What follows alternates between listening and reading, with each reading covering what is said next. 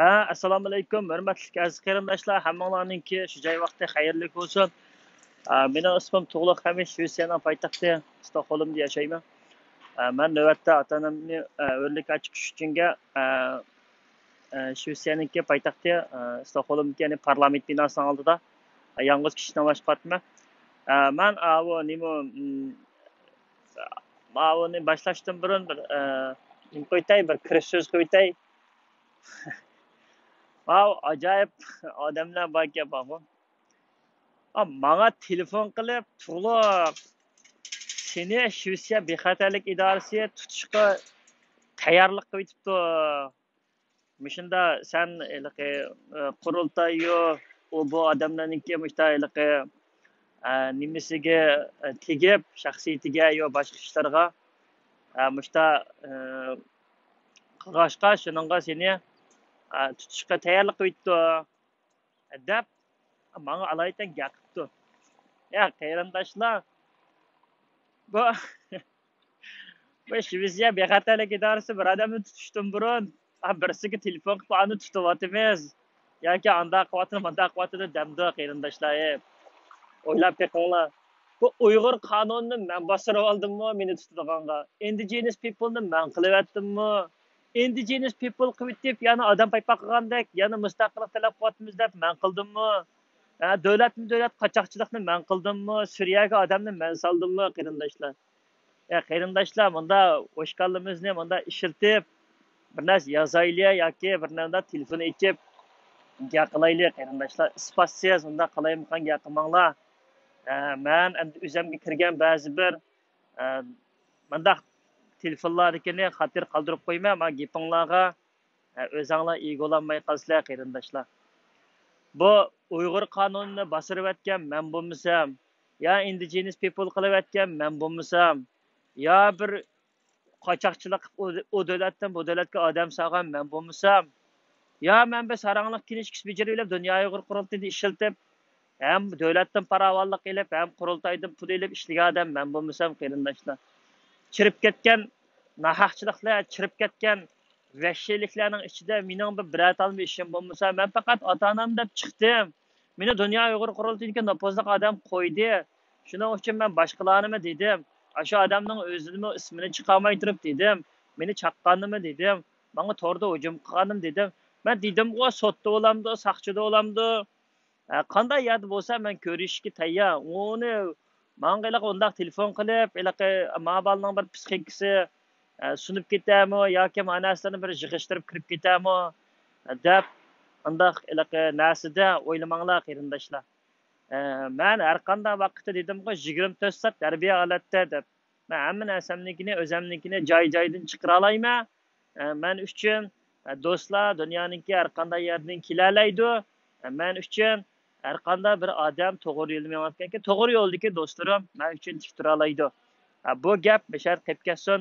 Buningdan keyin bunda salochilik qilib yoki andaq-mundaq telefon qilganlarga shu bir radiya. Mening dadam Hamid Abdurahmon 1954-yili 5-oyning 20-kuni 5-oyning 20-kuni tug'ilgan bo'lib, Ili oblastlik telegraf idorasidan damilashga chiqqan.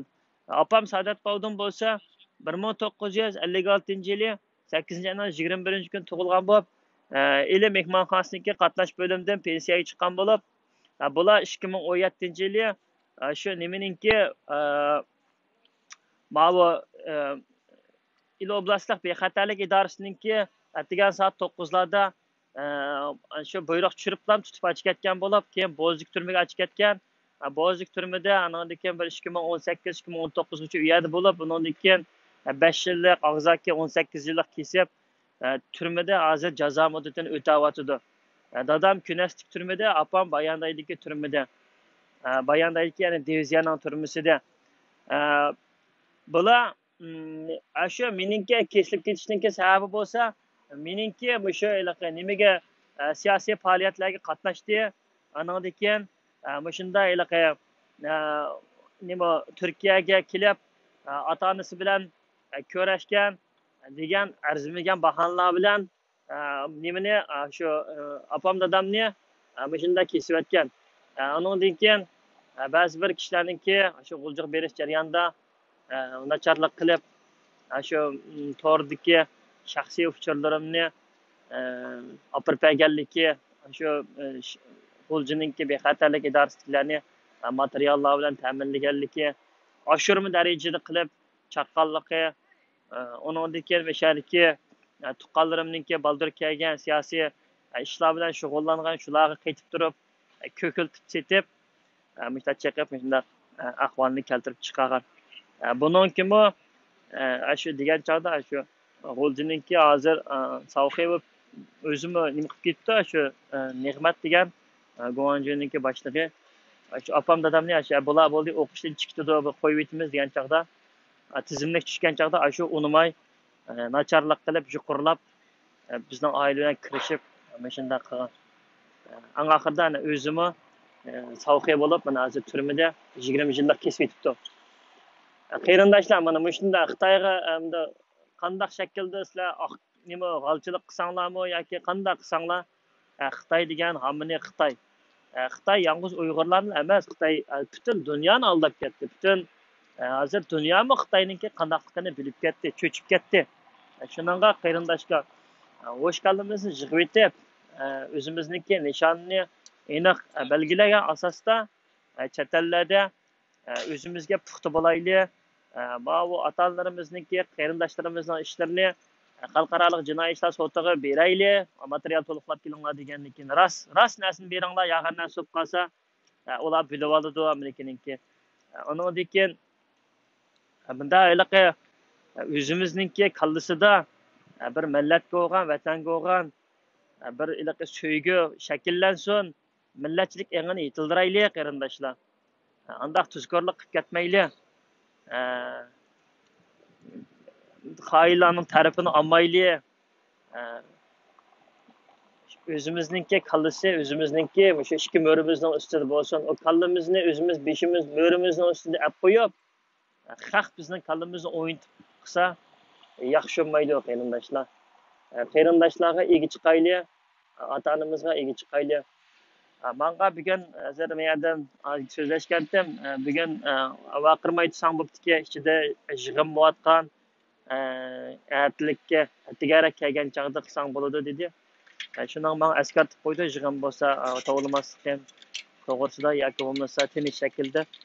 Men tinish shaklda bir soat turib, undan keyin qaytib o'zimni ishni qilay, ya'ni xizmatimga normal chiqmasam bo'lmaydi. Shu qarindoshlar. Men degandekidek ota-onalarga ega chiqinglar qarindoshlar. Mana bu narsalarni yozib, parlamentning oldida turib, mana shunda ishlar uchun bir ovoz bo'laylik qarindoshlar. O'zimizning tuqqanlarniki, ota-onamizning ovozi bo'liq degan gap, lagerdagilarniki, turmadagilarniki, vatanimizga qarindoshlarimizning ovozi bo'liq degan gap.